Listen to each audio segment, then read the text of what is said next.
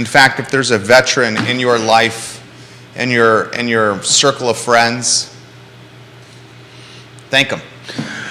Yeah, so we're going to talk a little bit about that today, right? Thank them for the service. But hopefully there's a bunch of vets that might be able to chime in on the show. And, I found the best thing to do is, and it's hard in today's world, right? We all got these things we hold in our hands, in our face, and all this stuff. But if you have an opportunity to take the time and actually have a conversation with a veteran, and just talk to him or her, and him or her, and thank you for the service. And I find, from my perspective, if somebody takes the time and say, "Hey, tell me about your experience," it goes a long way. It goes a long way. Yeah. It goes a long way. It's kind of like when you take a few minutes and get to know the parking person, garage person, and you forget your wallet. She's fantastic. Yeah, she's awesome. Don't you think? She says hello to me every morning. Every time with me too. And every morning I say hello back to her. And when I should happen to forget my wallet, I smile a little bit, and she goes, "I got you, honey." I got you, honey. Literally, that's what she said. Give the show a like and a share anywhere you guys are watching. We will rock and roll on today's show here in a matter of moments. I'm actually tweeting this out across 15 platforms. Join Keith Smith and Jerry Miller on Real Judah. Talk. Judah, are you on Twitter? Yeah, I guess. What's your handle? I don't remember. Probably Judah Whitcower. Okay. I don't know. God with a small G. There we go. We got your microphone set up. We got the volume rocking and rolling. Yeah, people are listening to me now. Fantastic. I love it. We're going to have a good time today. It's Veterans Day. Have some fun. Offer some perspective on the market. Give it a like and a share anywhere you are watching. Judah, we're looking good over here. We can rock and roll when you're ready. Quiet on the set.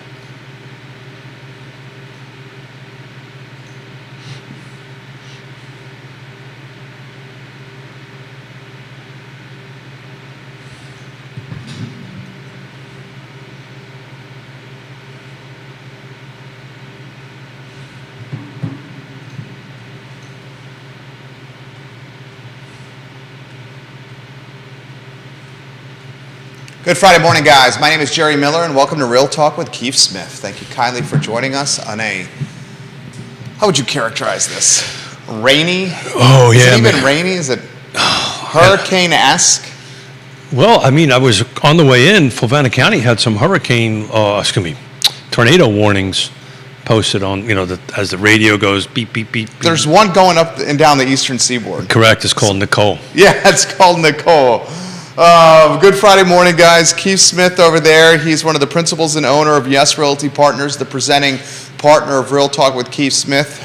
Find the partners we trust on the website, realtalkwithkeithsmith.com. Judah Whitcower, you will see in the program as well. He's our esteemed, talented, and organized director of the network.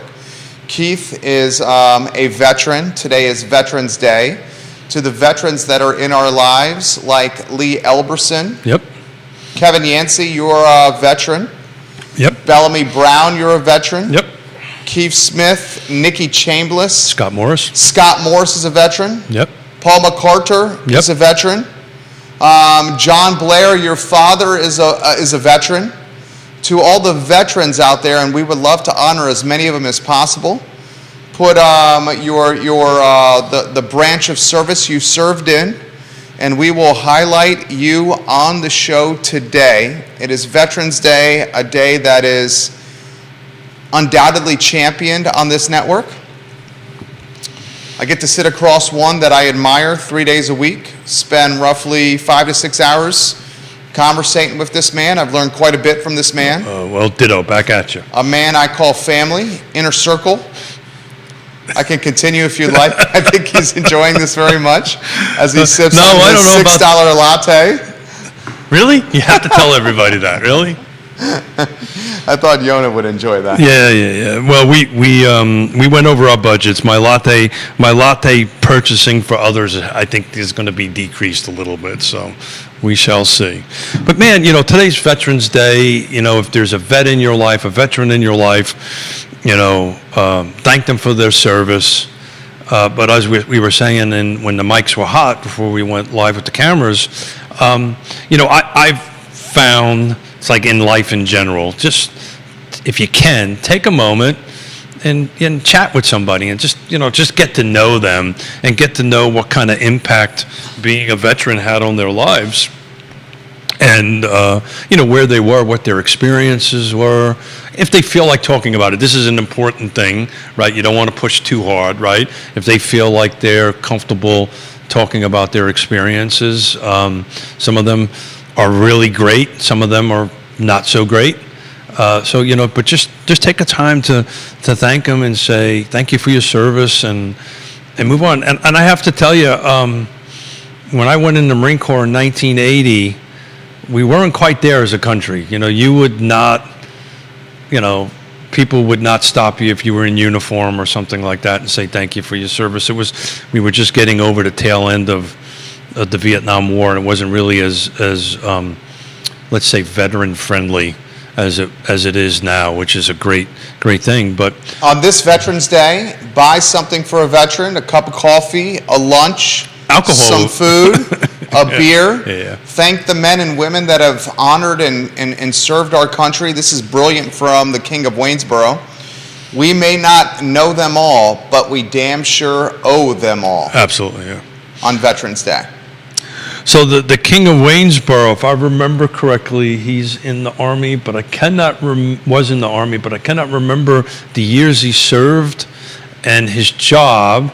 And if he's behind the wheel, I know he's voice texts a lot of this stuff. What did you learn the most about your experience in the service that translates today, right? What have you moved? What experiences you've had, or what you learned while you were in the service that kind of translates to today and helps you get through business, life, whatever throws your way? Because we tend to look at things a little bit differently, veterans, than maybe folks that are not. So I was really curious. That's like a great conversation starter if you run into somebody on the street. So tell me what you learned. Tell me what your experiences were, and did it make you a better person? Not a better, how it helped out through your life. Jamie Turner, good morning to you. All veterans, we want to honor you today on Veterans Day. Let us know some of the things you learned from serving our country, protecting our freedom, and allowing people like Judah and I the opportunity to do what we want in our nation. Never underestimate the value of a veteran when it comes to protecting freedoms and allowing civilians to pursue what they choose to pursue on American soil. A lot we're going to cover on the show. Yes, Keith? And just something that makes it maybe our country a little bit different as far as service goes versus many others. It's all volunteer.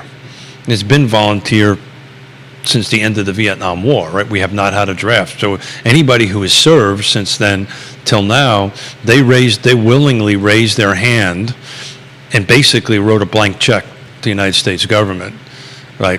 So their life is that blank check on that end of it. So that's an interesting thing to focus on. For instance, I know in Austria, because I know it well because my wife is Austrian, everybody's you're required to do service.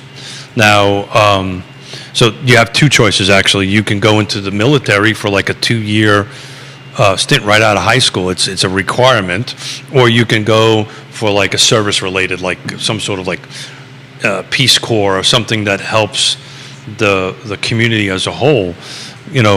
We don't have that in this country. Everybody who served raised their right hand up, and said, "I do." And that's there's no quitting. Once you do that, you don't say, "I don't want to do this anymore." It's a true commitment. Kevin Yancey is letting us know what he learned from the service. I will get to that, Kevin, in a matter of moments. Before I do, Nicholas Erpy, the CMO of Emergent Financial Services, says thank you for your service, Keith. Thank you, Nick. Jamie Turner says thank you for your service, Keith, and to all the veterans out there, thank you for your service. Thank you. Kevin Yancey says military bearing, never give up. There's always help to get through. There were and are people willing to give their lives for our freedom. Very well said, Kevin. So it's interesting. I'm a Marine, so the Marine Corps is always focused on leadership, and it's beat into your head, literally. At least in 1980, it was literally beat into your head at boot camp about the United States Marine Corps' leadership traits and their leadership principles. And anybody who's been in the service, they know we use acronyms, right? And it's called JJ Did Tie Buckle. We know that Keith Smith loves I acronyms. love acronyms, right? Your least favorite acronym of them all is? Oh, God. Don't ask me that. RIP, Oh, yeah. the Residential Infield Project. Yeah, Was yeah. that Seattle or Portland? That would be Portland. That would be the RIP, rest in peace. I mean, so JJ did tie buckle, justice, judgment, dependability, initiative, decisiveness, tact, integrity, enthusiasm, bearing, as we just heard, is very important, unselfishness, courage, knowledge, loyalty, and endurance. That's beat into your head, and if you ever been around a Marine, you always ask, why are they different? It's because we're better than everybody else, but that's besides the point. Well, you know what I would love to hear? And I'm only think kidding.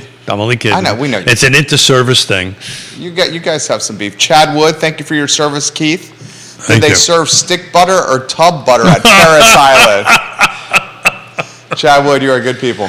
Chad Wood, like you and I, has outkicked his coverage with his better half. Yeah, She's a pretty lady over there, Chad Wood, in that profile picture.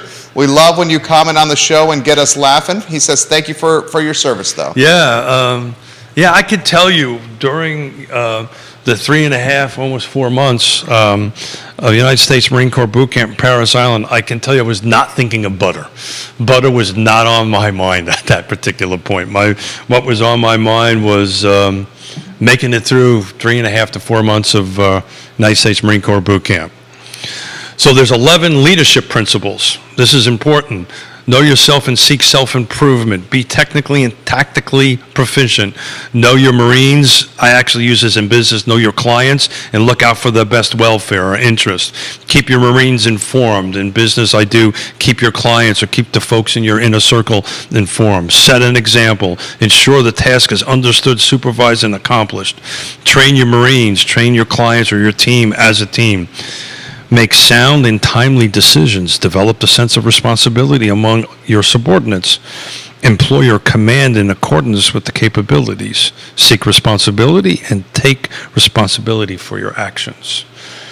So if you know anybody in the service, what I just rattled off, sometimes you ask, why is this person maybe taking a leadership role? And it's something that I do on a regular basis. When you're taught this, when you see a hole, you fill it, right? You just stand tall and you fill that need. You follow, you provide that leadership. It doesn't matter if you're a Lance Corporal or whatever. You fill that. You're smiling. And we back on butter. No, Chad Wood. I said he outkicked his coverage with his wife. He goes, and I can sense the sarcasm through his comment on Facebook. It's my great looks and my money that got me my better half. And he has some laughing emojis that goes with this, Chad. We very much appreciate it. Well, I happen to agree with him. Chad is a good guy. Yeah. I want to throw this to you. And viewers and listeners, we're going to humanize, personalize, and localize the distinguished gentleman, Keith Smith. Oh, no. You joined the Marine Corps fresh out of high school. Technically, no. Whoa. I would love to get the flip book of you making the decision to join the Marine Corps, to leave your family, to make this decision that certainly has shaped your life, a decision that led you to the beautiful and talented Yona Smith, who you proudly describe as your better 7/8. You were the oldest of how many children? 5. The oldest of 5 children. The age gap between you and your youngest sibling is? Almost 18 years. So when you left for the Marine Corps, your youngest sibling was? 3 months old. 3 months old. Didn't see him again until he was 6. Didn't see your youngest brother again until he was 6 years old. I think I may have came home from 1 or 2 holidays, but very rarely. I was deployed. He was behind the Iron Curtain. I was deployed most of those years. Okay, he proposed to his wife over the phone with a third party It's the scary part. We've been listening as he proposed to his wife. That's right. Walk us through the decision-making of joining the Marine Corps as an 18-year-old? I was between 18 and 19. Yeah, it's interesting.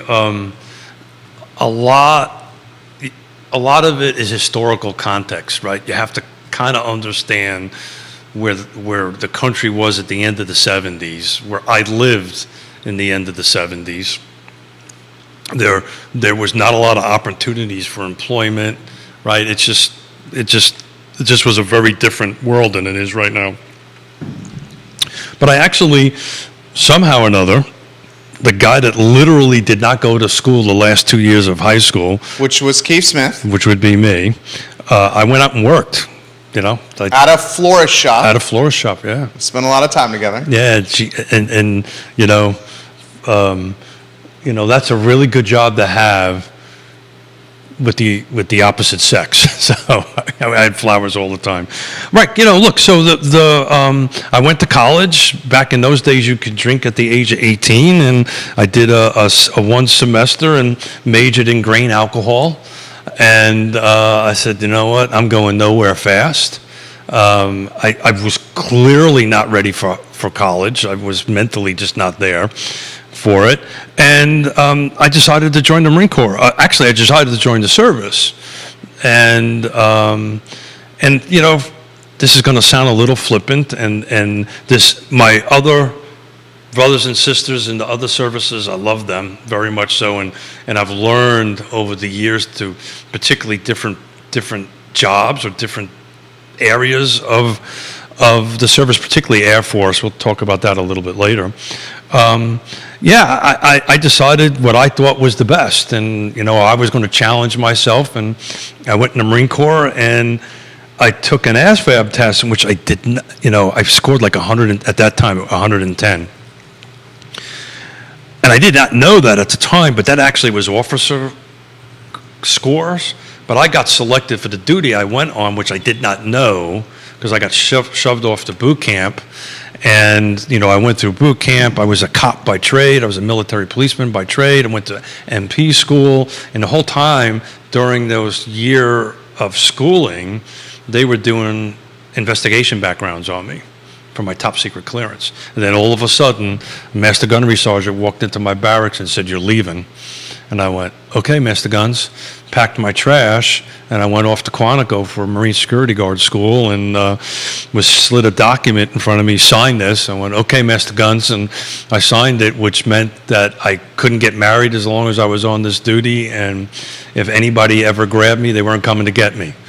And you went, "Okay," and you signed it. No trepidation? Let's go on a two-shot there, J-Dubs. Absolutely not. No, absolutely not. Yeah. Look, you're 18, 19 years old. What do you know, right? And I knew I wanted to be out of the city in the 70s, right? I just knew I needed to get out of there, and this was my opportunity to do something, and I took advantage of it. When you're at a certain age, you get to reflect on certain things and look backwards. When our youngest daughter went to Radford first, because in the last 6 months of high school, she let her grades drop, and she couldn't make it into JMU, which was a school, I wrote her a letter. And you know me well enough to know, for me to write is a bit of a challenge. Yona proofread that letter? Actually, she didn't. Okay. This all came from my heart. And I wrote her a letter called The Paths. And what I learned in the Marine Corps, and this is what my father told me before I left. He said, "Whatever you do, son, do it 110%. You may not understand what's going on at that given time, but be in 110% and you will always come out ahead." And I basically wrote the letter to her that, whatever path God, Allah, karma, whatever you want to call it, puts in front of you, you walk it out at 110%. And I just fell in love with the whole ethos and mindset of the United States Marine Corps, and I say this all the time, if I didn't fall in love with Yonah, I would have never got out. I would in a million years would have never got out. How difficult was it to get out? It was very easy because I fell in love with Yonah.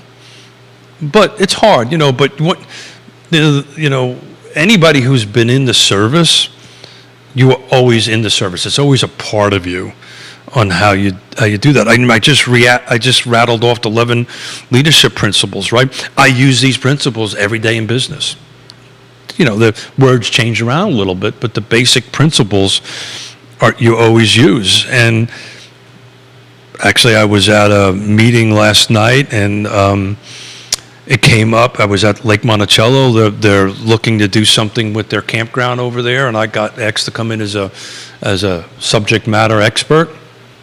And these people I know, and they all ask me, so how do you recover from $17 million of loss? And you do it with this. You just get up and you go all over again. I know I didn't cause it.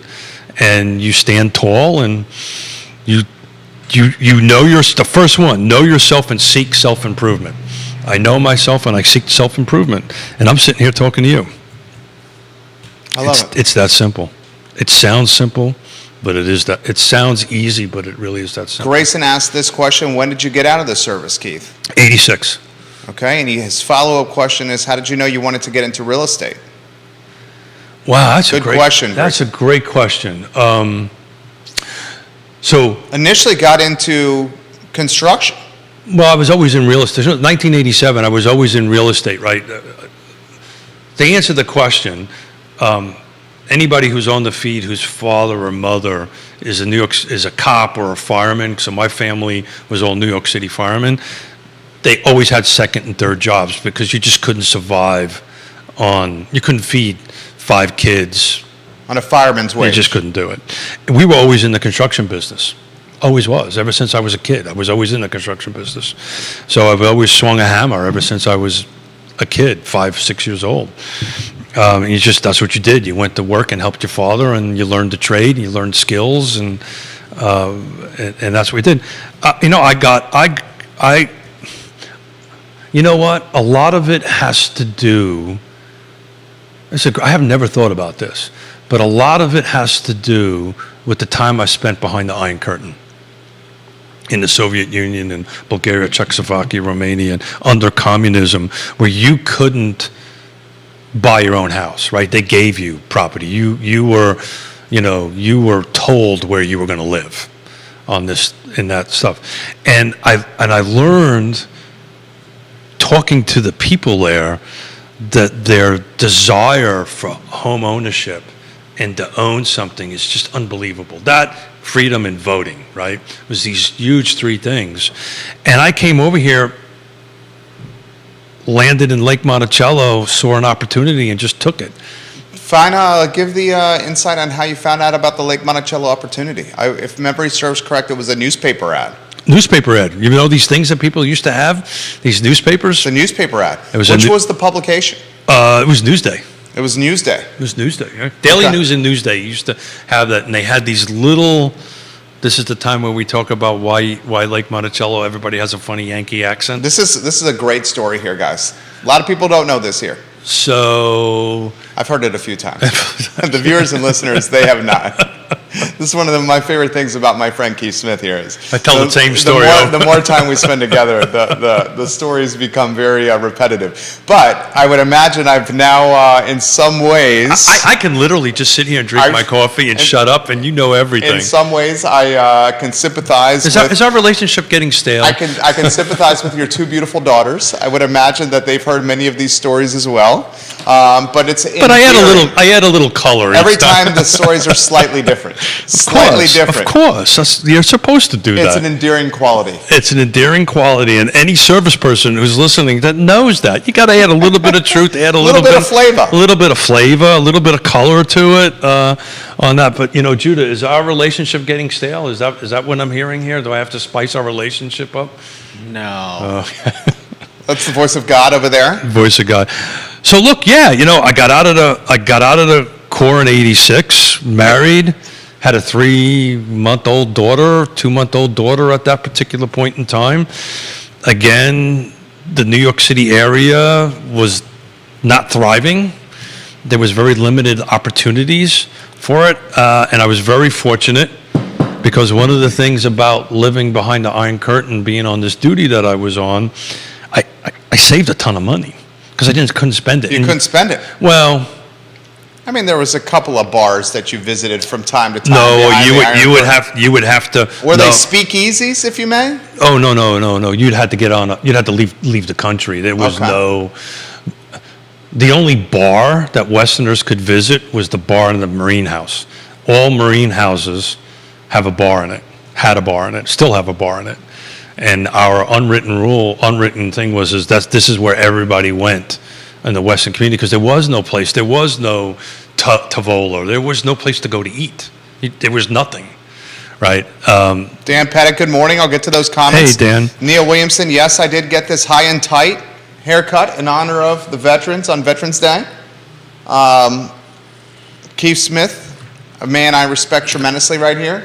The high and tight. Yeah. You know, It was not to chop off any of the grays on the side of my hair, I swear. Oh, yeah. So I swear that was not the reason. are we flavoring the conversation a The little high bit? and tight was for Veterans Day. I told the my barber, give me a fade. I wanted a little longer than normal on the sides, and he did this. But I hear the hair grows. My friend, this is what I'd like to know, and I want to keep you on headed Point. in the direction here. Keep me on point. Keep me from because going. I think the Newsday ad for Lake Monticello is an absolutely fascinating story. There was a gated community, Lake Monticello, that is now the largest gated community, the largest neighborhood by rooftop count in Central Virginia, with roughly 4,300 rooftops. How many total? Is it 4,300? 40, yes, roughly 43, 4,400. But It was marketed in newspapers to Yankees in New York. gated would be the right word to add to that because most people don't know Reston is actually an HOA. Right. So that would be the largest. Neil Williamson's watching. He taught us that. Yeah, so Reston is the largest homeowners association. I think Lake Monticello is probably the largest gated community, but I actually don't know that as a Gated fact. community in the Commonwealth? I'm going to say yes. Wow. But that's a little piece of trivia. Dan Well, Pettit, you agree with that? Somebody needs to Google that and make sure that I'm right. But Is Lake Monticello the largest gated community in the Commonwealth of Virginia by rooftops? That's a hell of a trivia question right there. yeah, and I would do it by lots, not necessarily rooftops, because there may be some subdivisions that are being built that are not built out yet that may have more. But How many rooftops in Kings Mill and Williamsburg? I don't think it's 4,000. Kings Mill off Route 29 in Williamsburg. You know Kings Mill? I know Kingsmill, but I don't think it's 4,500 lots. Just think about it. That was built started in 68, 69. You're talking Lake Monticello Lake here. Monticello. It's 3,500 acres total, plus or minus 100 acres. Can you imagine trying to put 3,500 acres together now and do a development? It just wouldn't happen. It'd be almost impossible. It would be impossible to go ahead and do that. How did they put together that much aggregated acreage? Oh, they just went out and knocked on doors. I assume. I don't really know the answer to that, but it's probably exactly the same way you do it now, right? You start knocking on doors and making offers and talking to folks and seeing if they're willing to do it. If it's not out on the open market, it's just old school knocking on doors and knowing people. I'm getting a scam likely. My phone is saying scam likely. So the same I answered- developer, I wouldn't answer that phone call. I'm not. I was Same developer built Lake of the Woods and Lake Caroline as Lake Monticello. correct. Neil But I Williamson, don't think Lake of the Woods is as big as Lake Monticello. Neil Williamson just shared a link. The 4 biggest gated communities in America. He shared a link. Which are? You have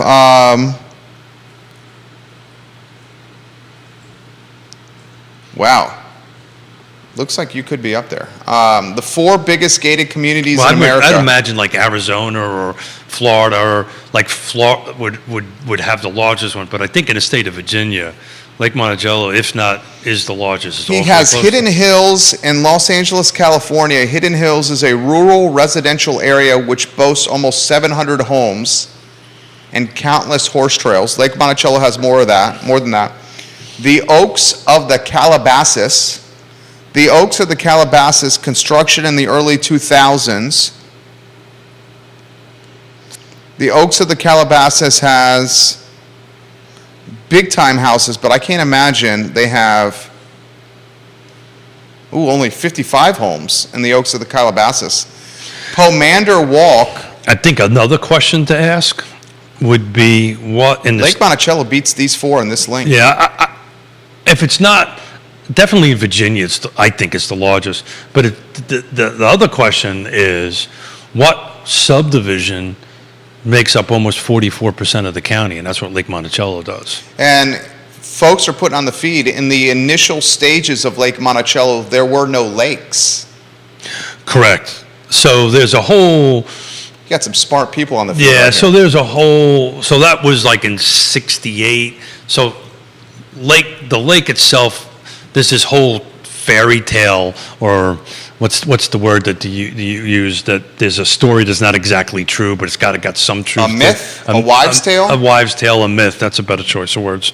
That Camille filled the lake up in one event. That's not wholly accurate. It filled it up quite a bit of it as Hurricane Camille in it, and there is at the bottom of the dam a bunch of construction equipment in 90 feet of water that they never were able to get out. That's they actually, it's a dive site. People dive off of it and go dive around the wrecks down there, but it didn't quite fill up in one event. But you're 100% right. It takes a very long time for something like that to feed, because it was all fed off. If you ever swam in Lake Monticello at some of the beaches and you're swimming around and you go, it's nice, it's 80 degree or 70 degree water, whatever it is, and all of a sudden you hit this cold spot, it's fed by springs. There's a lot of natural springs and stuff on the bottom of it that feed it. So it was marketed in newspapers to New York Yankees. Yeah. So here's the... Not the baseball team. People like Keith. They... I mean, awesome and... Oh, incredible people. Distinguished people, if you may. So this, when I moved there was about 600 to 700 houses out of 4,500 lots. So there was a company called Cost Control Marketing out of the Poconos that came in and put options down on lots. So back in those days, you could buy lots for $2,000, $3,000, $4,000. Some of them even less than that. On it, you could buy it for back dues or back taxes. It was, you could buy lots, waterfront lots for $4,000. I mean, it was pretty open. Open season on lots. So what they did is they said, I'm going to buy this lot from you, Jerry, for $5,000. I'm going to give you a $50 option, and I'm going to lock it. And then what they did is they went and marketed the Yankees, who came down there, and I happened to be one of them. I was reading the thing. I was looking to get the hell out. They pay you $150 to come down and visit, put you up. So very similar to these, road shows where they get you in there and they show you around. So if you ever drive on Lake Monticello Road from the sewer plant all the way up to the main entrance, you see a series of houses on the right. They're all now different businesses, but they were models. So they took you to there, you got in there, and the salespeople would put you in the back of their car, in the front of their car, and they had CBs. This is how they were communicating. And they made a point never to go into the main gate. They always went through the side gates, and they would wander you around, and they would say, hey, this lot's for sale for $40,000. This lot's for sale for $50,000.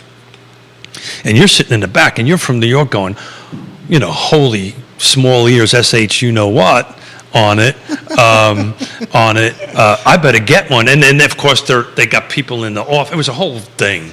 They had people in the office radioing down, take lot so-and-so, so-and-so, everything get just sold, and yada, yada, yada. So yours truly... Sounds like a hustle.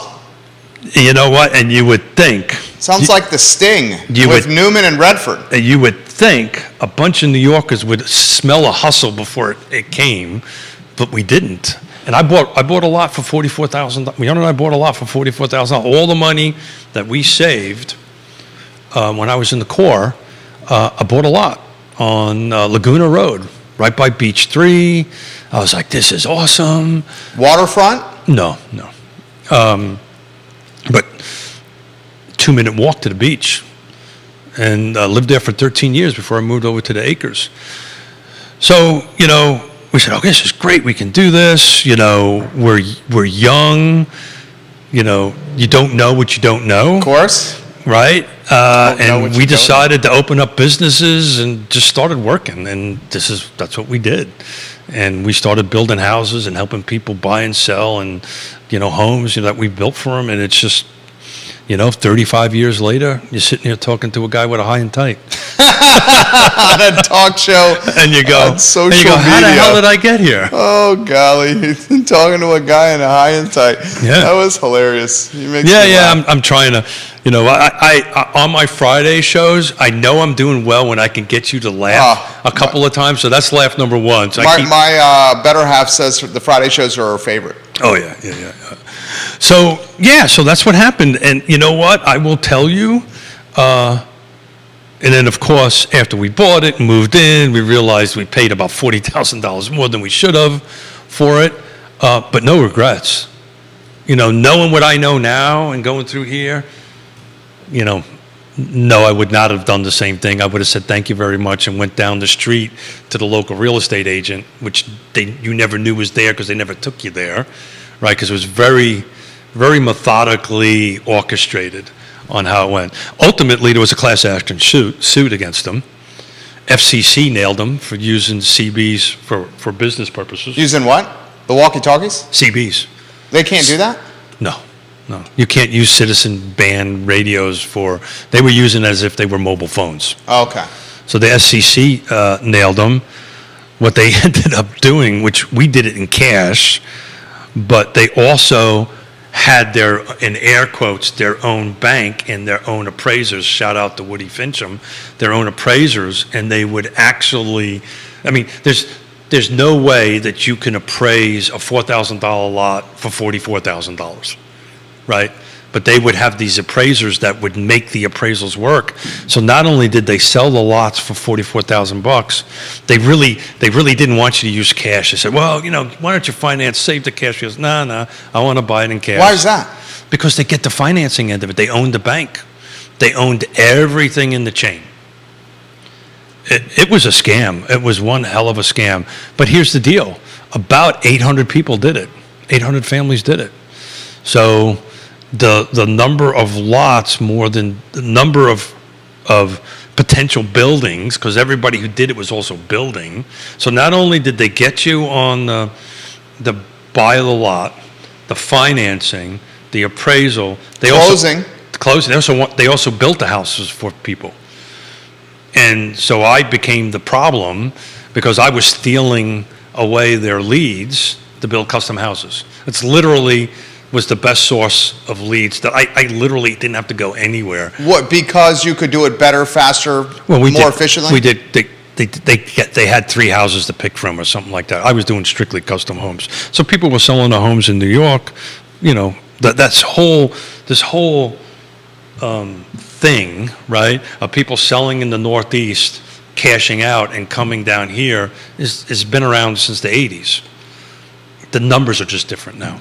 Right, so my parents did that. They sold a house and they moved from the city to Levittown. They sold a house in Levittown, made several $100,000 on it, came down here, bought a lot, built a house, saved some money in their pocket, put some money in their pocket.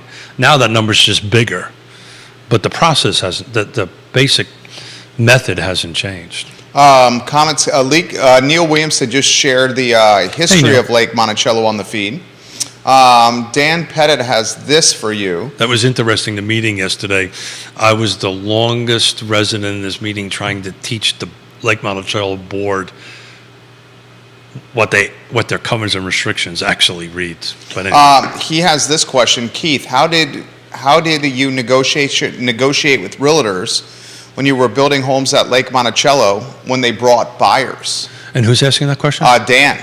Yeah. Ask about how we negotiate with buyers. Well, that's a great question. See, Dan knows what's up too. Yeah, Dan is almost as old as I am.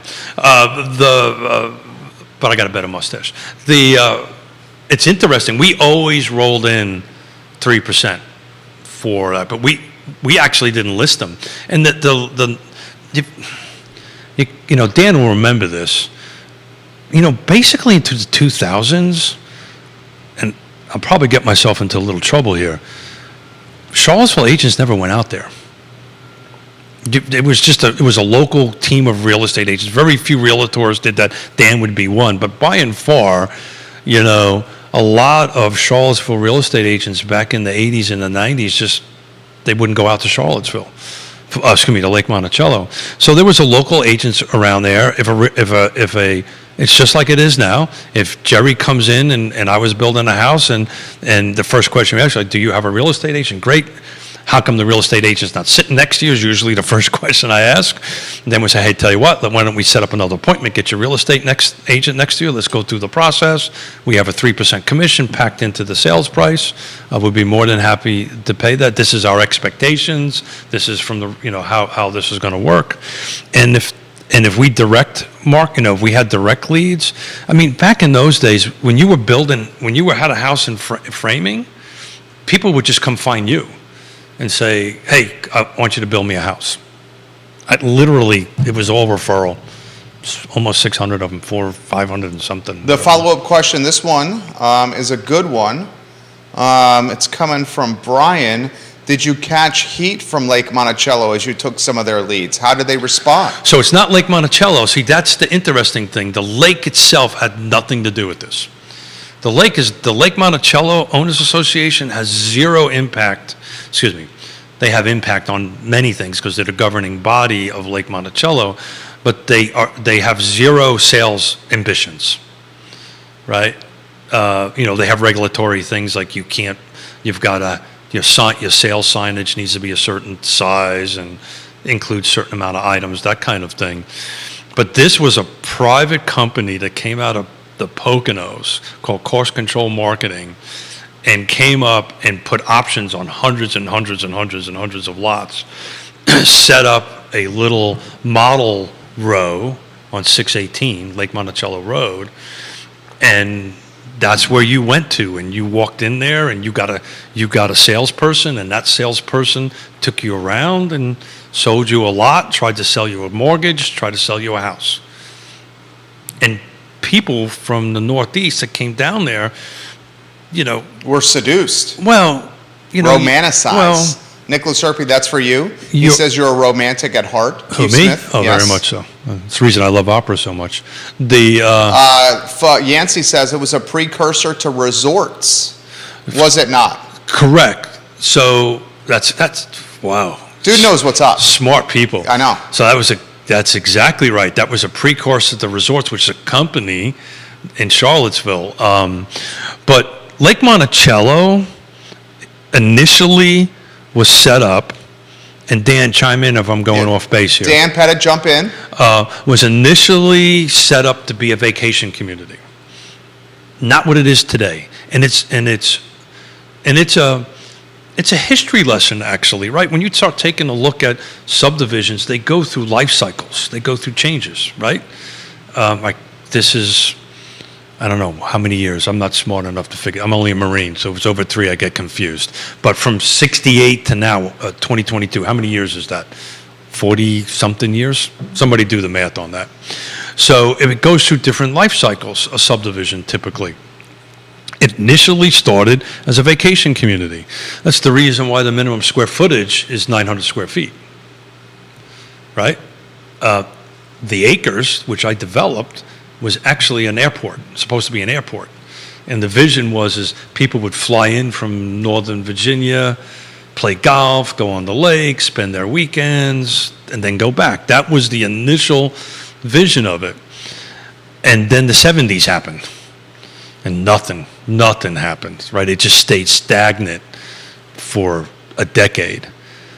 And then around the 80s, early 80s, that's when this cost control marketing came in. And look, I got stung by 40 grand. But in essence, they're the ones that really re-kicked off the subdivision, really kicked off the life of Lake Monticello because it brought all these Yankees, right? Christopher says, how much was the lot actually worth? $4 grand.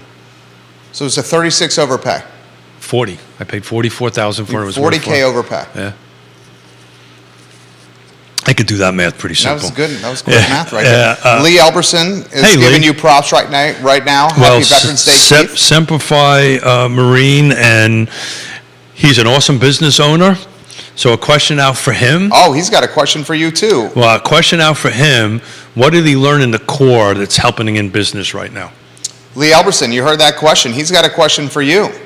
What business? Other than being so awesome. What businesses in town are owned by veterans? Well, let me rattle off a few.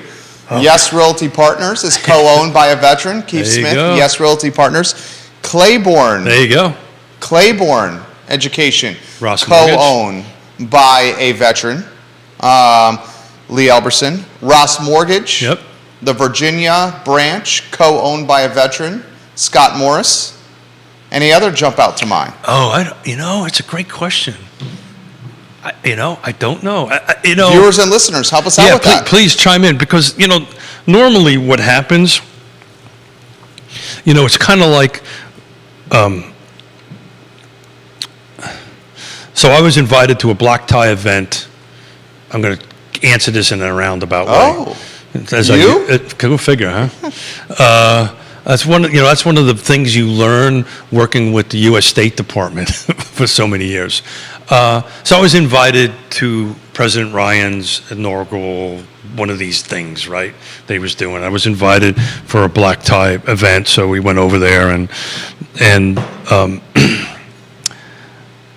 the person who invited me said, "Hey, I think that guy over there is from Brooklyn. You might want to go talk to him." And I went and talked to him for about an hour. okay. And I walked back, and he goes, "Wow, you know Dave?" And I went, "Oh, was that his name?" I never thought of asking him his name. It was, "Hey, where you from? What neighborhood you grew up? Where'd you go? Where'd you get your pizza?" We were having, like when Joe Gentile comes and visits us, we were having that kind of conversation. When two jarheads get together, when two Marines get together, that's what they talk about.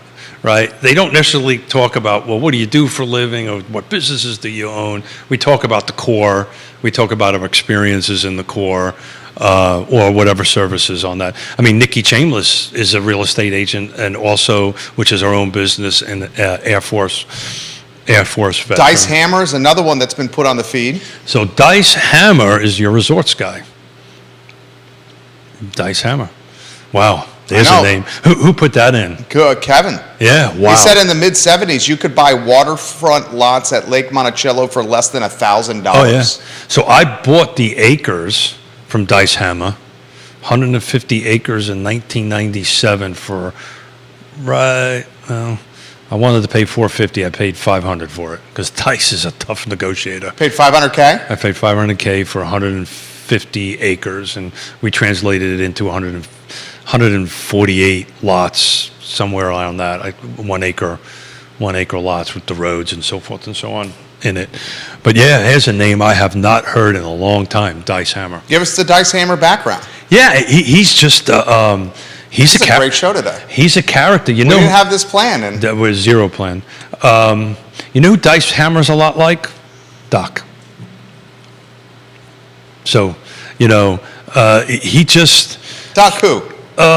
Virginia Land, Doc Hurt. Okay. Dr. Hurt, sorry. Dr. Hurt. I'm starting my Dr. brain. Charles Hurt. Charles Hurt, yeah. He's a lot like that, very old school. You got to sit down and have a conversation about everything other than what you're about to talk about, but you're really talking about what you're talking about, if that makes any sense, right? Have you been There's in the second laugh. Have you been through one of those conversations? Right? You're talking about something other. I had a meeting with Dr. Hurt a couple of weeks ago. I got a client trying to buy some land from him. We were talking How's about, Dr. Hurt doing? you know what? 95 years old and still at his desk, man. God bless Love him. it. It's God bless beautiful. him. So we're talking about everything but the property and the price.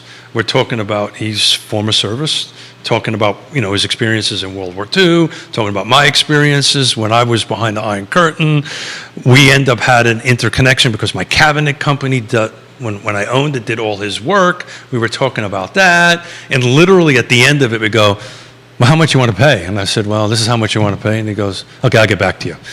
And literally, I just got a text from him. This made me think of it, a couple of minutes for me to call him on it. But we talked about everything other than the deal, but we were really talking about the deal because it was all about getting to know one another again and getting to trust everybody.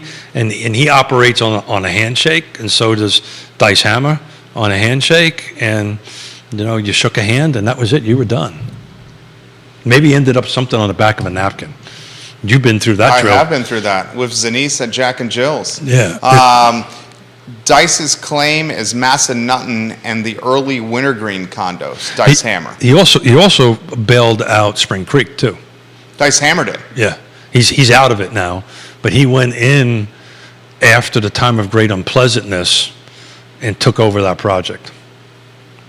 He's out now. I think he sold it. Can't remember. I think he sold the remaining parcels he had to different folks. I'm not up to speed 100% on that, but I know he came in when the time of great unpleasantness was coming along. More comments coming in. Ask Keith about Jared Lake.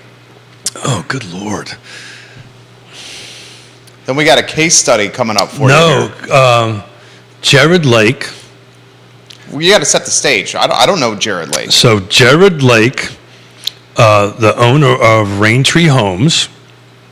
So back in the 80s, you had two big builders at Lake Monticello. You had Cost Control Marketing. You had Jared Lake. You're doing a good job today. Why not? Yeah, I just haven't thought about this stuff in a long time. You know what I'm thinking? Shucks. I've been around a while. Holy schmoly. 35 years in real estate. Yeah, I know. I don't mean that to brag or nothing. It's just like dawned on me. These are names and people that, I haven't thought about in a while. I do talk to Jared regularly.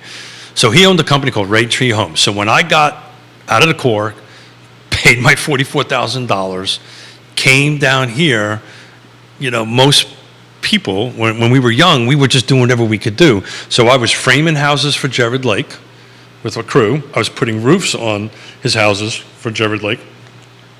Plus, I was building my own houses for customers. So I would frame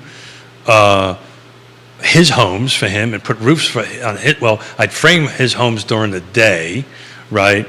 Weekends and stuff like that, I put the roofs on, but I also on the weekends would frame houses for my clients. And we you just hustled. You did whatever you needed to do, and we were just doing all that stuff. But I have a Jared Lake story, and I have to temper it for small ears. Okay. So he bought a piece of property, and how we ended up. Actually, we've helped all his family buy and sell houses. We've helped him buy and sell houses. He calls me every once in a while and goes, "So what do you think the market's going on?" I said, "Just watch Real Talk, Jared." "Oh, I don't know how to do that internet crap." And I said, "Okay, Jared, let's get a cup of coffee and we'll talk." So he bought a house in the 1980s on Old Garth Road, and it needed a roof on it. So our company was me, my father, my two brothers, and a couple other people that we hired that was on our team. He goes, "Look, I need you to rip this roof off and put a new." Is it a boring story? No. No. I needed to rip this roof off and put a new roof on. Okay. This is how much it's going to cost. Okay. How many days? 3 days. Day to rip off. Half a day to prep. Day and a half to put it on. And this was like in August, so it was hot. We took that roof off and put it on in 2 days. We saved ourselves a day. Job is done, because back in the day when you finished a job, I handed you a bill, you handed me a check. So I handed him a bill, and he handed me a check for 2/3 of the original price. Because obviously I paid you too much. I went, "Excuse me?" Because obviously I paid you too much. And I looked at him, and I can't tell you the words that I used. I tore the check up, and I threw it in his face. I told him certain words, turned around, walked away. And as I turned around, he tapped me on my shoulder and gave me the check for the full amount. He says, "Good job, kid." Right? He was Dan says he remembers you doing this. Yeah. He was trying to test you. That's exactly what he was doing. And after that, He was from Jersey, so we So we had 2 checks on him. he had 2 checks on We him. wanted to see if he would take the 2/3 Yeah, one. yeah. God bless him. Good for him. Right? If I would, yeah, you know, I don't do business that way. yeah. Well, he was from Jersey, so there you go. But Because he saw that you did the work faster. yeah, I saved a day. So obviously, I'm paying you too much money because he supplied the product, right? He supplied the roofing, he supplied all that stuff. So we were just supplying the labor, which was removing and putting it back on. So I tore it up, threw it up in his face, turned around, and I got a tap on my shoulder, and good job, kid, and hand me the check. And after that, any roof I've done for him, any work I ever did for him was never questioned. I just got a check. Matter of fact, he would pay me before I was done. This question's come in the feed. You're on point today. The It's coffee. it's the coffee. It's the coffee. How are we doing I this? put butter in it. He put butter in the coffee. Well, you know, I've been thinking about A that. stick or a tub? Oh, the voice of Look at you. the voice Look of at you. God over there. Look at you. Can we go on the 3 shot Sure. and welcome Judah Wickhauer to the program? There's Hello? Judah. Hello. Yeah. Our North Star. We love Judah Talk Wickhauer. about a head of hair, huh? It's going. It looks good. Well- I very much like the look. It's still soaked from this morning. I mean, you pretty much are getting to the point of ponytail. Yeah, I can do one now. I sincerely mean this, Judah. I think it looks oh, he does have a ponytail. I can't. I think it looks fantastic. Everyone So we get got it a in case there study very coming up we're Ooh. going to get to here. Do I need a red pen or a blue pen? Oh, this is just an informative case study. Okay. People want to hear the story of Spring Creek, which is another gated community, and how it was very close to an epic crisis during the time of great unpleasantness. Sure. Chuck Kincannon was the guy that originally did it. You're crushing it today. These are just names that. Jamie Turner, stories from Mr. Smith's development days need to be a regular segment of Friday's show. This is great. And he also says this is better than butter. It's better than butter. So if somebody on the feed will pay for my therapy, I'll be more than happy to talk. I am very much enjoying the development stories as Yeah, well. yeah. I find them fascinating. How Well- about Spring Creek almost at default?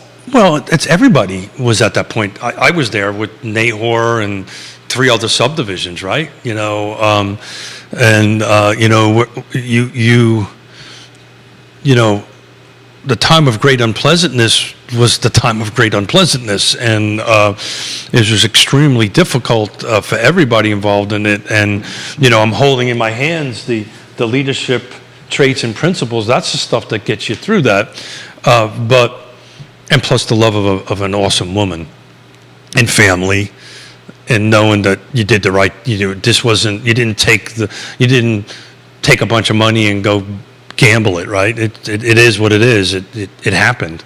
So Chuck, God, I knew Chuck because we used to own property down in Cape Charles before the time of Great Unpleasant, and our house was right next to Chuck's house in Cape Charles, and we used to fish together, right? I had my boat, he had his boat, and we'd go fishing together. Then all of a sudden, both of us didn't have a house in Cape Charles anymore and didn't have a boat anymore.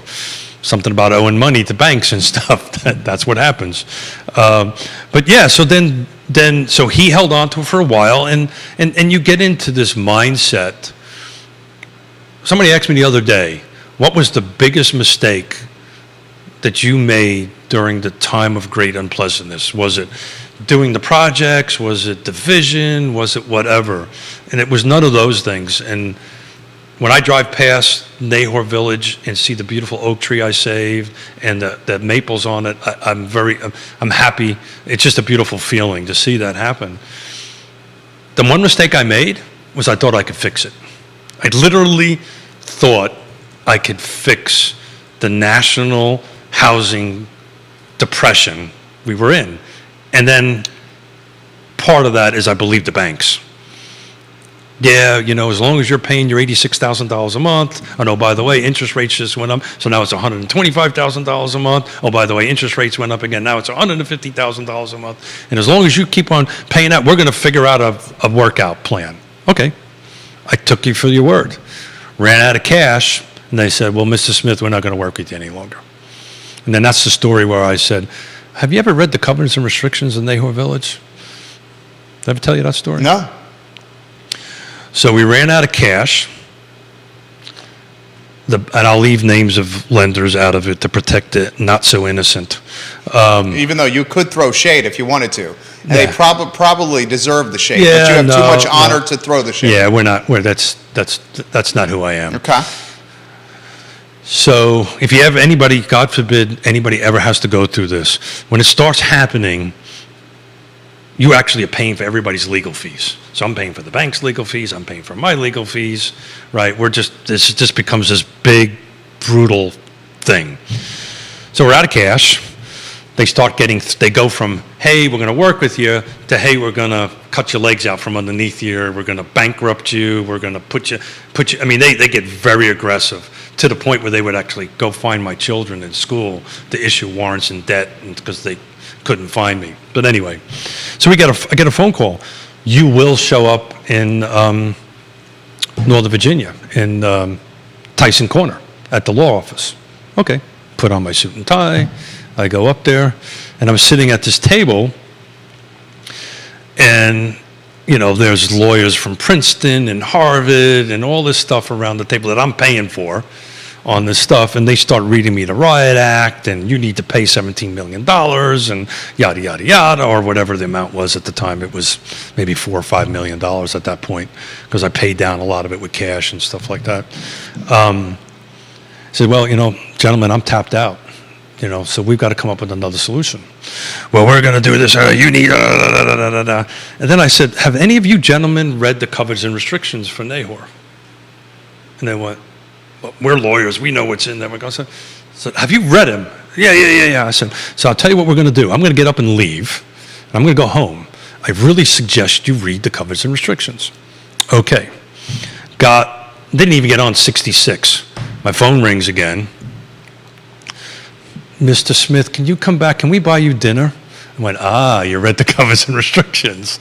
So I always write in my covenants and restrictions, used to write in my covenants and restrictions, until the last residential home is CO'd. I personally am in control of the Architectural Review Board. So I personally get to either approve or reject a set of plans. Well, Mr. Smith, we need to figure something out. I said, so what's your idea? I knew what I wanted to do. I wanted to see what they wanted to do. Oh, you know, we got to come around. I said, I'll tell you what, gentlemen, let's stop wasting everybody's time. I paid you all I got. I don't have any cash. Let's do this. We'll do a deed in lieu and foreclosure. I'll sign over all my rights over to you. You agree not to sue me for deficiency, which means I won't file bankruptcy on that end of it, and we'll call it an effing day. And oh, by the way, go F yourself. And I got up and walked out, and that's what we ended up doing. But they've, you know, belittled me because I didn't have a degree. Maybe they didn't like Marines because I always wear my Marine Corps emblem on my lapel of my jackets, my suits, and that's I've never told you that story. No? Yeah. That's a good one. That's maybe my favorite one. Yeah. I should have done that In the beginning. a long time. That's the thing. I thought I could fix this. I thought I could work with them. I probably should have did that before, and I would have been about $4 million richer. But it's only money. I always can make more money. Can't make more time, though. Lost a lot of time. Keith Smith, A-plus people. You see what this man's about? I have not told that story in a long That's time. a great story. That's a damn good story. Anybody watching, listening? Yeah? They love it. Well, you know, it's, you know. Why'd you get emotional there? Yeah, you know, that's a tough, this was tough on my family, right? You know, impacted my mother, my father, my children, other people, our subcontractors that we worked with that were like family to us. Part of all that cash we had built up over the years went to make sure they got paid. I made sure all the subcontractors got paid. The banks, they can go whatever. Because, you know, it was amazing how the story went from we're partners until you were out of cash to we're gonna, you know, they made the mistake of telling a Marine that they were gonna push me up against the wall, and that was really a bad move. So I pushed back. There you go. Haven't told that in forever. Good story, Keith. A case study maybe we save for Monday. Nicholas says he loves that story. Multiple people saying they love the story. I love that story as well. I think it's an indication of who you are, microcosm of who you are. Case study for Monday, potentially. Yeah. An investor, soon-to-be investor, someone that has the resources to potentially be an investor, is considering a pursuit of Section 8 homes Okay. as an investment. Okay.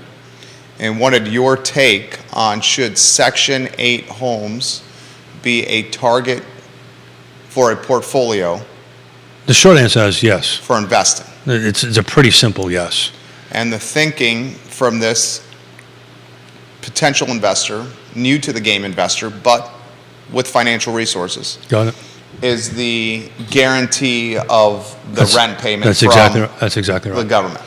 So the trick to that is, so do we have time? We can do that, or it could be a great case study for Monday if you want. It's actually pretty short. Okay. I mean, the trick is what you buy, right? So Section 8 isn't the product, right? Isn't the home. It's how you get paid, right? So you've got, and my only advice is if you're going to buy a home and do a Section 8 rental, make sure the portion of the money of the Section 8 they're getting paid covers, if you're financing anyway, covers, if not all, but very close to the full amount of your debt. Debt service. Debt service. Because the only guarantee is the government side, right? Because it's sometimes there's two parts to a Section 8, right? Sometimes there's the Section 8 dollars, and sometimes the tenant pays somewhat of a difference on it. But for the most part, it's Section 8 dollars that pay it. You just be super careful that whatever amount of money you make covers all your expenses, and then you'll be good to go. It's a great. It's double-edged. You help somebody, right? And it's guaranteed payment. Challenges of the Section 8 portfolio for the investor. I have a client that does this, also my mentor. I mean, you're in a lot of ways a mentor. Thank you. Bill Nitchman. Mutual, by the way. Thank you. Different kinds, different topics. yeah, different ways of mentoring. Yeah, sure. Bill Nitchman, who still very much a Charlottesville and Albemarle County heavy hitter. I shared a wall in his building with Bill for almost 2 years. We were at the Professional Center, Judah, this company on the downtown mall. It was a pest for Bill, always knocking on his door every day asking him questions. I've heard this Jerry Miller story before. Right. He has some Section 8 or had some Section 8. Yeah. One of the challenges of the Section 8 portfolio is the upkeep of the property. It shouldn't be. It should not be, but it ends up being. Correct. Yeah, because there's very. You want to put that in perspective? Well. You navigate that dance? Yeah, there's very specific requirements from the federal government on the structure. They're not really that overburdensome. What's that word I'm trying? Burdensome? Thank you. Burdensome, difficult to achieve. So it shouldn't be that difficult. Oftentimes, the property from my client and from his perspective, two different people, was often left when the lease was done, not in great condition. So that's the struggle right there. And then the security deposit, or if there even was one, never covered the damage to the property. So that's the point I'm trying to make. Look, but that's indicative. I like that word, huh? There you go. That one hurt. That's indicative of any rental property, right? You run the risk of that. That's why Ally Property Management, which I'm going out for dinner with Suzanne Real tonight, Yona and I, to Vivaci's. That's the reason our one little rental that we have, we use that. But, at one point in time, I had 14 at Lake Monticello, and I got very fortunate and sold them before the time of great unpleasantness started. because it got to the point of changeover was getting super expensive.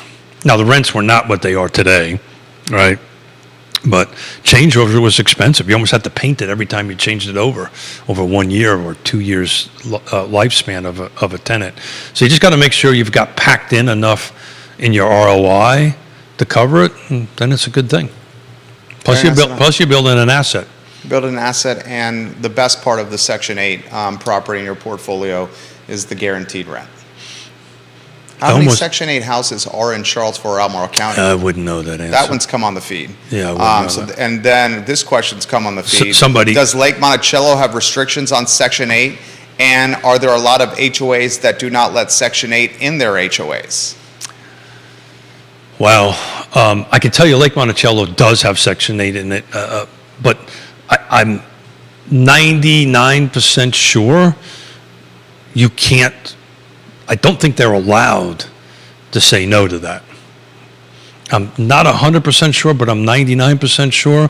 I don't think an HOA can say no to Section 8. Section 8 is just how the money's getting paid, how the rent's getting paid. So if it was not allowed, then they could say, well, Mr. Miller, you're renting a house from Mr. Smith, and Judah's paying you to pay me, and that's not allowed. There's also price point thresholds, though, that would keep Yeah. Section 8 from happening. Correct. So that's a different story. That's a different conversation, right? We should explain that. Yes. Well, there's only There's not going to be a Section 8 house at the $4,000 or $5,000 a month price point. Well, let's put it a different way. There's not going to be a Section 8 house that a home is worth $500,000. Say that again? So if there's a house that's worth $500,000, that's more than likely not going to be a Section 8. Okay. So you're saying it a little bit differently. You're doing it on a monthly thing. I'm talking about the value. So normally, if the gentleman or person who's wants to do the Section 8, there's a certain very narrow price point that Affordability. he or she can afford in order for the math to work. Exactly. So as a house gets more expensive, the likelihood of Section 8. So for instance, Farmington doesn't have Section 8s in it, right?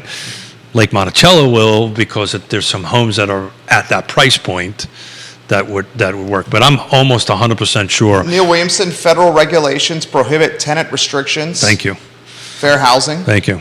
Well, I knew it was a fair housing thing. I'm up to speed on the fair housing on the sales end of it. The rental end of it, I'm not 100% up to I speed. would love, and multiple people are asking, how many Section 8 housing opportunities or individual units are in Charlottesville, Albemarle County, or Central Virginia? So it's not a house, it's the occupant, Right. right? It's not, this is a Section 8 house and this is whatever. It's just how the occupant is paying for the rent. Does that make sense? Yeah. This is a doctor, this is Section 8. It's just how they're paid. There isn't, this isn't like, in New York City, you would have, back in the 60s, they did these sections of public housing, right? This is not what this is. This is you renting a house, it's $1,000 a month, and I get a chit, or I get a voucher for $1,000 from the government, and as Neil said, you actually, to his point, there is a fair housing is source of funds. Our Deep Throat has a comment. The I Love Seville Network's Deep Throat. I actually met our Deep Throat the other day. 1,500 households in the city are on HUD programs. There you go. 1,500 households in the city are on HUD Out of- programs. out of 50. Not all of that is HCVs, though. Yeah. HCVs? I believe that's Section 8. So that's defined. There's some sort of, 1,500, that's knowledge right there. yeah. Thank you out for of this. Out of how many houses in Charlotte, rooftops are in Charlotte? Out of how many total? I think Anonymous on Twitter is going to have that answer. Yeah, so- Anonymous, out of how many total rooftops? So Anonymous is saying 1,500 households in the city are on HUD programs. Yeah. Well, we have to define what Ooh, HUD. I got more comments coming So in it from Anonymous depends. here. It depends what a HUD program, because HUD does loans too, right? So specifically, are we talking about Section 8 or any HUD programs? Because there's lending programs that's available through HUD. Yancey says, this is based on demand from population. Landlords just have to decide if they'll accept Section 8 vouchers. HCV, Neil Williamson on Facebook is responding to Anonymous on Twitter. Neil Williamson, housing choice vouchers is Yeah. HCV. Yeah, so some people. Oh, Anonymous just put that in, housing choice vouchers. Yeah. So some people can call that Section 8, but they're vouchers you get from the government. Actually, where that information is probably easily housed, and me as the me as the treasurer, I probably should know this, but the Thomas Jefferson Planning District Commission, probably we can get our fingers on that pretty easily through that. Just make a couple of phone calls and know what we're talking about. But look, it's housing choice vouchers. I don't know if we're calling them Section 8s or not, but you get a voucher. And as I said earlier, to Neil's point, source of funds is a protected class. So you can't reject something for source of funds. Now, if you make the rent so high and people are willing to pay, that kind of is a way you kind of get around that. Right. I think that's being done. Of course it is, yeah. Because you can get it, right? And actually, I just want to do a shout out. Our week over week right now is Today's actually. show was excellent, by the way. Thank you. Flipped. We've got 82 in the last 7 days came on the market, and 68 went pending. Remember, on Wednesday and Monday, it was the opposite. Inventory. So inventory all of a sudden shot up in the last, 24 hours? What do you attribute 40? that to? A push before I the think- holidays? I think it's Friday has a lot to do with that, right? People are putting homes on the market back to the traditional, putting homes on the market on Fridays, right, for the weekend kind of thing. But we're up by 20, not quite 20, but 20 units this week, new coming on versus pending. Pending's a low though, 68. Great show today. Dude, excellent. Yeah, I love it when we don't have anything planned. Fridays, man. I love Fridays. This comment's come in on multiple pages here. Perhaps a show allocated for HCV's Section 8 housing and the opportunities presented. So we'll have to. I do not claim to be, even though I stayed in Holiday Inn, claim to be an expert. Who would that be? Neil would be one for sure. Neil Williamson? Neil would be one, and I'd probably reach out to somebody at the Planning District Commission. Ian Baxter comes to mind, but I would have to ask the executive director permission first. But, Ian Baxter is whom? Yeah, he's a staff over there, and he kind of runs all the housing stuff. He's the one that works closely with me and Ned Galloway on the Regional Housing Partnership. So that would be good. And probably Suzanne would be a good... Real? Yeah, it would be a good source. So we'll think a little bit about that. I think that's a good conversation. That feels more like a Monday show than a Friday show, because we want to obviously talk about butter on Friday. But, it's going to be hard to turn that show into a ton of fun. It'll be informational, though. Yeah, I think that's what folks are asking. The Woody Fincham and Associates, one of the best appraisers. Woody would actually be a good source for that, too. Woody Fincham has got a comment here. He said we should turn shows like this into fireside chats with Keith Smith. Give the man a smoker's jacket, a pipe, bourbon in a cup, and a fire background. Roger Voisinay, this should resonate with you. Are you ready for this one? Roger's a rock star, man. He says, this was absolutely one of the best shows in a very, very long time. Oh, thank you, Roger. When was the last time you watched a show, though? He watches them often. I'm just kidding. One of the very best ones in a very, very long time. Yeah. Thank you, Roger. From Roger to say that goes a long way. Yeah, for him to take time out of being his awesomeness to plug that in, I appreciate that. Thank Multiple you. people Thank you, are Roger. saying today's show with Keith telling stories from development and real estate is absolutely fascinating and should be highlighted. So maybe you start highlighting some stories that should be out there. I'm getting a lot of comments on the HCVs in Section 8 as well. I wanted to get to some of my Marine Corps stories when I was behind the Iron Curtain. We'll save that for another show one day. Some fun stuff that we used to used to do. What do you have planned for Monday, my friend? You know what? I think it's just you and I on love Monday. it. I do not have a guest. So Wednesday, Thursday, and Friday, I'm going up to the Virginia Governor's Housing Conference, and I may or may not be on the show, depending on. I've got an email yesterday that I may have to do some speaking up there, but I don't know when. So we shall see. We have Scott Morris will be on Wednesday for sure. Our second son is nearing his first Yeah. birth. So I'm mentally prepared. So I pass this on to the viewers and listeners, also to Keith Smith and Judah. You may see me have to say, Bye. time to go. Bye. We are now less than 13 days away So how do you from feel? the, How do you feel about that, the Dad? due date. I feel good. I think the moms that are watching this program can appreciate that when you're in the home stretch, Oh, yeah. that you're very eager to have the baby born. I got it. Because it creates a lot of uncomfortability, Oh. sleepless nights. Can't eat. Can't eat. Gotta a lot go to of the bathroom doctor's every 2 visits, seconds. A lot of going to the bathroom. That is literally what's happening. Yeah, every 2 minutes. Yeah. And- So And not your to wife's speak, doing that too.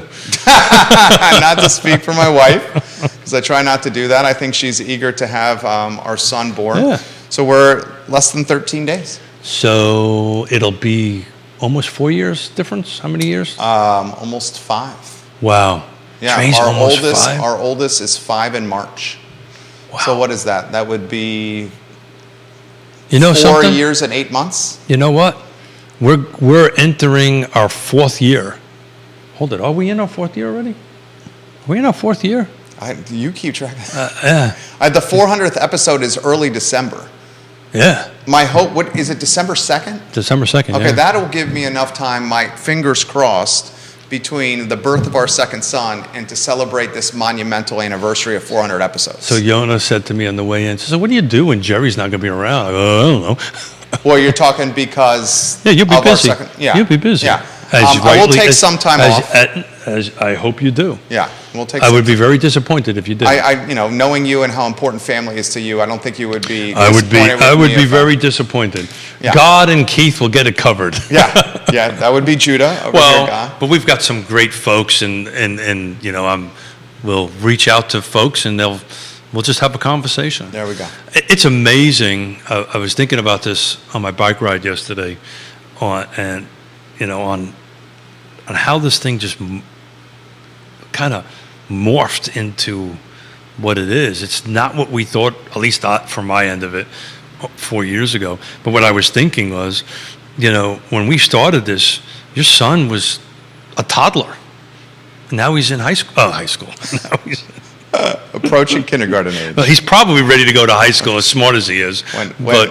Getting ready to go to kindergarten. Um, Well, I'm excited for you, man. Thank you very much. Today's show was dynamite. Yeah. Thank a vet, please. If you bump into a vet, buy him a coffee or her a coffee. But more importantly, try to talk to them. Whatever comes to mind, just have a conversation. It'd be amazing what you might hear. Keith Smith, guys, you see what he's all about? Yes, Realty Partners support the companies where the people that own them are of character and honesty and hard work. A man who served the country, Keith Smith. Yes, Realty Partners. This is Real Talk with Keith Smith. All the shows are archived online at realtalkwithkeithsmith.com. Judah Wickauer is our enterprising director, the man behind the camera. We've dubbed him J-Dubs. I know, I saw that. Sorry about that. No problem. My name is Jerry Miller. The I Love CVille show is up in roughly 45 minutes. Happy Veterans Day, everyone. We'll Look see at that. you very soon. Thank you, everybody. Nicely done. Sorry about that. I didn't realize that we were already at 11:40. Yeah, man. Show Thank is you. dynamite. Thank you. Absolutely dynamite. I looked at the time for the first time